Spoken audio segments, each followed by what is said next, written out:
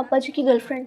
तू मुझसे झूठ बोले ना तो तुझे अम्मा का दीदार नसीब ना हो। खाना क्या रिश्ता है तेरा? ना वजह से हूँ खुदा है क्योंकि परवीना जो आ गई है। बिस्मिल्लाहिर्रहमानिर्रहीम। तो फ्रेंड्स, ग्रीन प्रोडक्शन की एक और बहुत मज़ेदार सी चीज़ जो कि मैंने देखी और इन्जॉय की वो थी काबली पुलाव।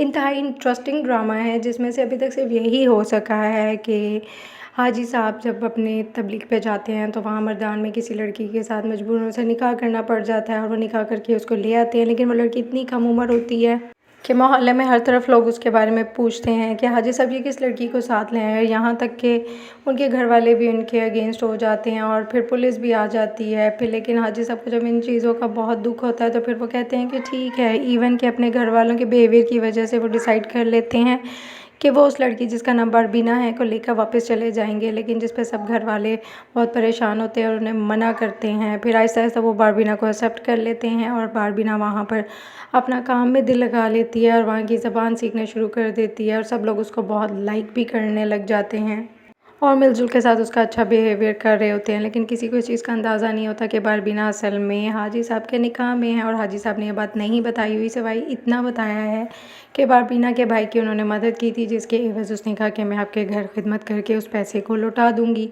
इसके अलावा हाजी साहब की हिम्मत नहीं पड़ी कि घर वालों को सच बता सकें। दूसरी तरफ जब वो घर छोड़कर जाने की बात करते हैं तो उनकी भतीजी जो कि उनसे बहुत प्यार करती है वो भी उन्हें बहुत रोकती है जिसकी वजह से वो रुक जाते हैं। आगे हम देखते हैं कि बारबीना को लेके उनके भाई की बच्चियां कॉलेज चली जाती हैं जहाँ पर कॉलेज की प्रिंसिपल बारबीना को अपने भाई के लिए पसंद कर देती है और रिश्ता लेकर आ जाती है, जिस पर बारबीना को बहुत दुख होता है और हाजी साहब को भी जब पता चलता है तो उनके पास भी अब अल्फाज नहीं होते कि वो क्या करें।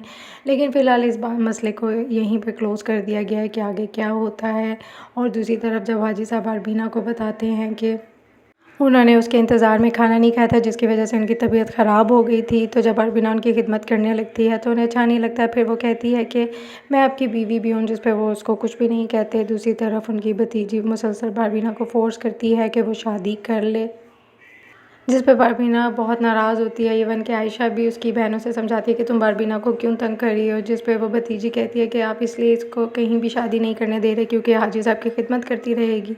खैर इन सब चीज़ों को बारबीना इग्नोर कर देती है और जब हाजी साहब उसको घर आकर बताते हैं कि अब उनका भाई ठीक हो गया बारबीना का और वो चलने लग गया है, तो बारबीना की खुशी की इंतहा नहीं रहती और वो हाजी साहब के कदमों में पड़ जाती है और उनका बहुत शुक्रिया अदा करती है। और जब वो उनके पाँव पड़ती है तो उनका भाई भी उसे देख लेता है। लेकिन फ़िलहाल सब इस कश्मकश में है कि ये सिचुएशन क्या है, इसलिए उनका भाई भी कुछ नहीं कहता और सब कुछ देख कर वो सीधा आगे चला जाता है। लेकिन इस टाइम बारबीना की खुशी देखने लायक थी। अब आने वाली एपिसोड में हम देखेंगे कि अगर बारबीना और हाजी साहब इस तरह से एक दूसरे की केयर करेंगे तो होपफुली घर वालों को डाउट तो होगा। तो इस सिचुएशन को एंजॉय करने के लिए subscribe my channel and take care.